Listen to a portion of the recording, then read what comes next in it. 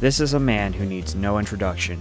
With a career spanning over 40 years, Michael Jackson has been a powerhouse in the music industry, along with selling hundreds of millions of records and being the most awarded artist in history. He has amassed legions of fans who still celebrate his life and career to this very day. Besides his ubiquitous presence in pop music, he has also left his mark on the video game industry, from having his very own games, to the mystery surrounding his contributions to another certain title.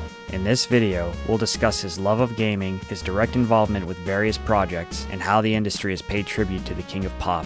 This is Michael Jackson's history with video games.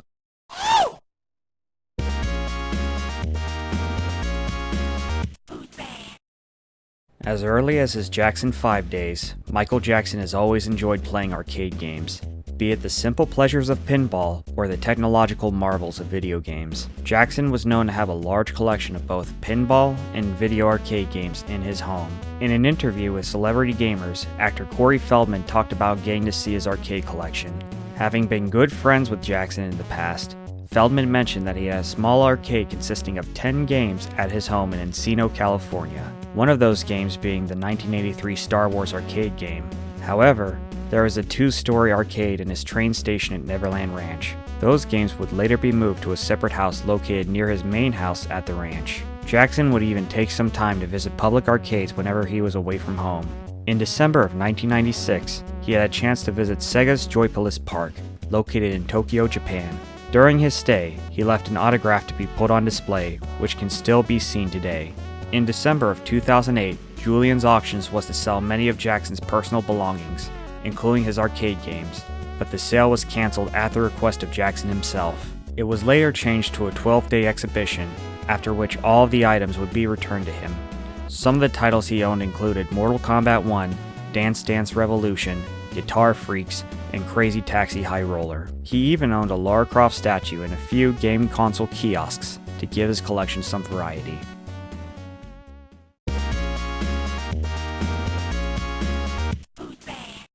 In 1998, the Michael Jackson film, simply called Moonwalker, was released. It starred Jackson himself and featured Joe Pesci as the film's antagonist, Mr. Big. It came out around the time that Jackson embarked on his Bad World tour. With Michael Jackson hype at an all-time high, there was an opportunity to capitalize on it. UK-based video game company US Gold announced in February of 1989 that they had acquired the rights to release the game based on the film. They recruited 2 developers, Emerald Software and Key Punch Software, to produce the title, and it was released for 8-bit and 16-bit home computers soon after. It featured 2 top-down levels, a side-scrolling level, and a shooting gallery style level. While the gameplay was nothing to write home about, the way US Gold got the rights was born of a bizarre accident. Before they could release the game, they needed approval from Jackson's team. US Gold founder Jeff Brown called the game abysmal and feared that it would never get approved. In hopes that it would get greenlit, he sent his project manager, Mike Wilding, to go to LA and get the game signed off. While in a luxurious hotel, he ran around his room while trying to get a photo of himself and broke through his glass bedroom door. Suffering from a head wound and a slashed nose, Wilding went to the hospital to get treated. When Wilding reported to Brown, he ordered him to discharge himself and attend the meeting with Jackson's lawyer despite being bloodied and injured. Upon arriving, Wilding, covered in blood, admitted that he didn't have the computer for the lawyer to play the game. Upon looking at his appearance, the lawyer felt sorry for him and approved the game anyway. If that accident didn't occur, it would be very likely that this version of Moonwalker wouldn't exist today. In December of 1988, Michael Jackson visited Sega's headquarters in Japan. Jackson was a major fan of the company and stopped by frequently to play their latest games. Because of his interest in the company and Sega's desire to make a game out of a world-renowned IP, this would later result in the Moonwalker games that many gamers are familiar with. There were 2 different teams working on them, one in the US and one in Japan. Jackson even gave direct feedback and stated that aside from the final boss, none of the enemies should die. While many believe that this was the first time that Jackson appeared in a video game, it was actually in an obscure 1985 arcade game called I'm Sorry, which was also released by Sega. He appears as an enemy in his Thriller attire and even has a signature moonwalk. Sega's arcade version of Michael Jackson's Moonwalker was released in July of 1990. This version of Moonwalker is an isometric beat-em-up in which 3 people can play together as multiple versions of Michael Jackson simultaneously. Jackson is portrayed in his suit from the Smooth Criminal music video. The players use magic to attack their enemies and can even charge their attacks to do more damage. Throughout the game, players must save children who are being held prisoner. Sometimes they can offer them a health increase. Bubbles, who is Jackson's real-life pet, appears in the game as a power-up. Once the player touches him, they will turn into a robot version of Jackson with improved fire range and can take less damage. Lastly, Jackson is able to use dance magic, which wipes out all enemies on the screen. When activated, he'll do a brief dance with enemies dancing along with him before they're taken out. What makes this game interesting from a hardware standpoint is the suicide battery built into the arcade board itself. For those of you who don't know, Sega installed a battery into the board which made the game unplayable after prolonged usage. Some say it was a way to deter video game piracy. Both Sega and Capcom were infamous for installing these batteries into their games. If you'd like to learn more, check out the Dead Battery Society page. The link will be in the description below. The home version of Michael Jackson's Moonwalker was released for the Sega Genesis, Master System, and Game Gear in August of 1990. It was produced and designed by Ropyaku Surumi, who would go on to localize the original Crash Bandicoot and Jak and Daxter games for Japan. The gameplay differs from that of the arcade version, as it's a single-player side-scroller. The game shares strong similarities to Shinobi, another Sega title. In this version, Jackson must once again save captive children, only this time they're not always in plain sight. They could be behind closed doors or in the trunk of a car. Once all the children are found, bubbles will appear and point the player to the destination that they need to go. Once they're at the end of a level, Mr. Big will briefly appear before the player must face a wave of enemies. After all the enemies are defeated, they'll proceed to the next level.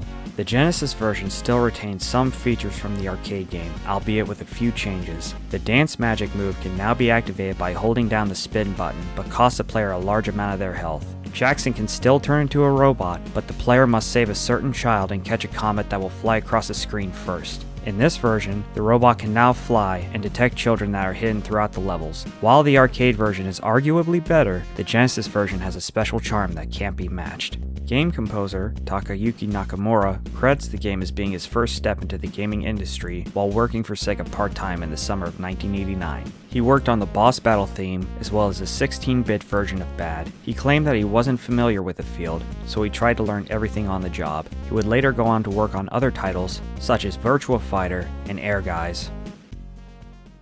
There was a prototype of the game from April 24, 1990 that contained a few differences from the final game.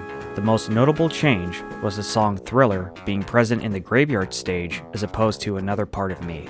The former song was excluded from the final version, possibly due to copyright issues. On September 25, 2017, YouTube user Brian the Hedgehog uploaded footage of the prototype copy. The prototype was eventually acquired by a man named Landon White, who had dumped the ROM on the internet on August 6, 2018. This wouldn't be the last time the King of Pop would collaborate with Sega, as we'll discuss in this next segment.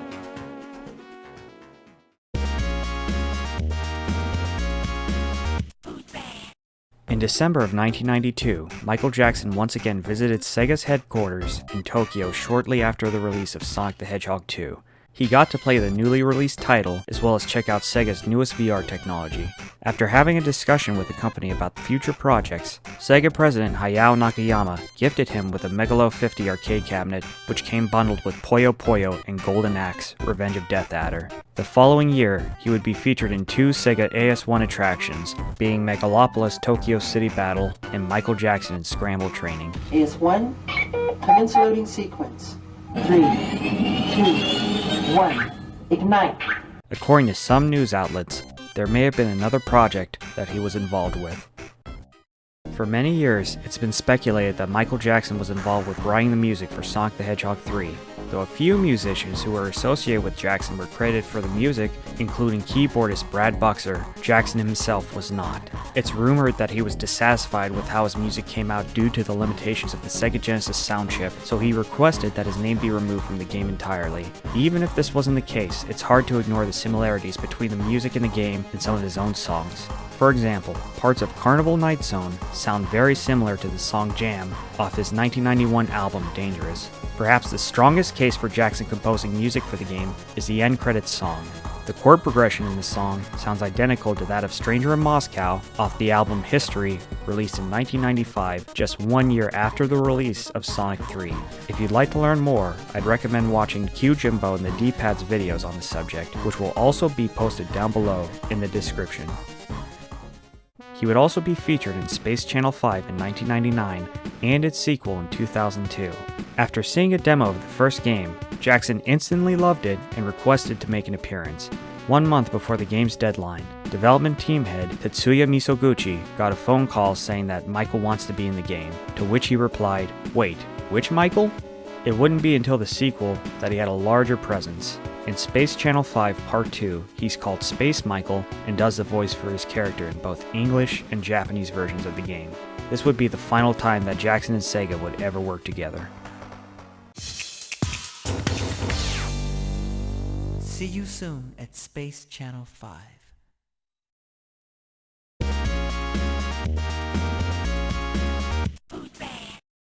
In 2000, Raider Rumble Boxing Round 2 was released on all major home consoles. It featured a few guest characters, including Jackson himself, who did motion capture for the game and even lent his voice and likeness to his character. A couple of years later, his song Billie Jean would appear in Grand Theft Auto Vice City on the radio station Flash FM.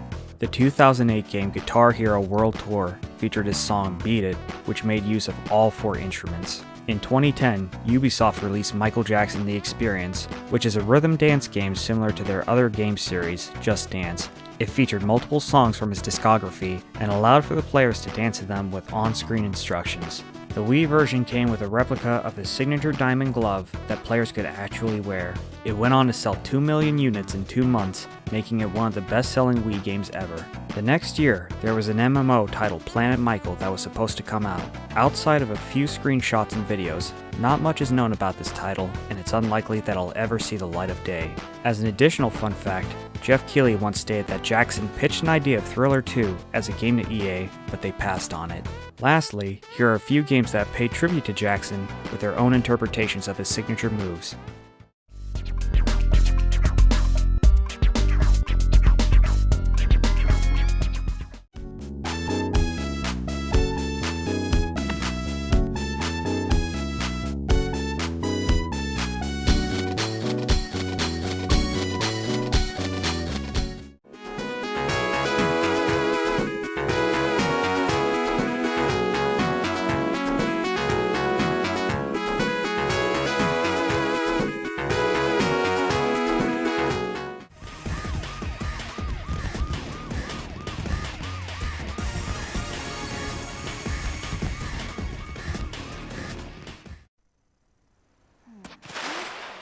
Tighten this last bolt.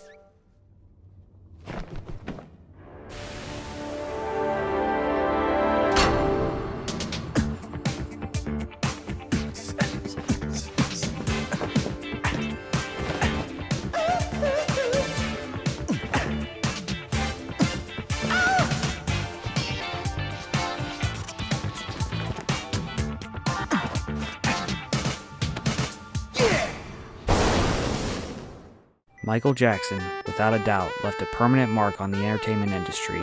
From his unforgettable hits to his signature dance moves, he has left a long-lasting impression on generations of people. The video game industry has shown that even entertainers can make contributions to video games and can be immortalized in both pixels and polygons. With that being said, there is no doubt that Jackson will live on in multiple forms of media for many years to come.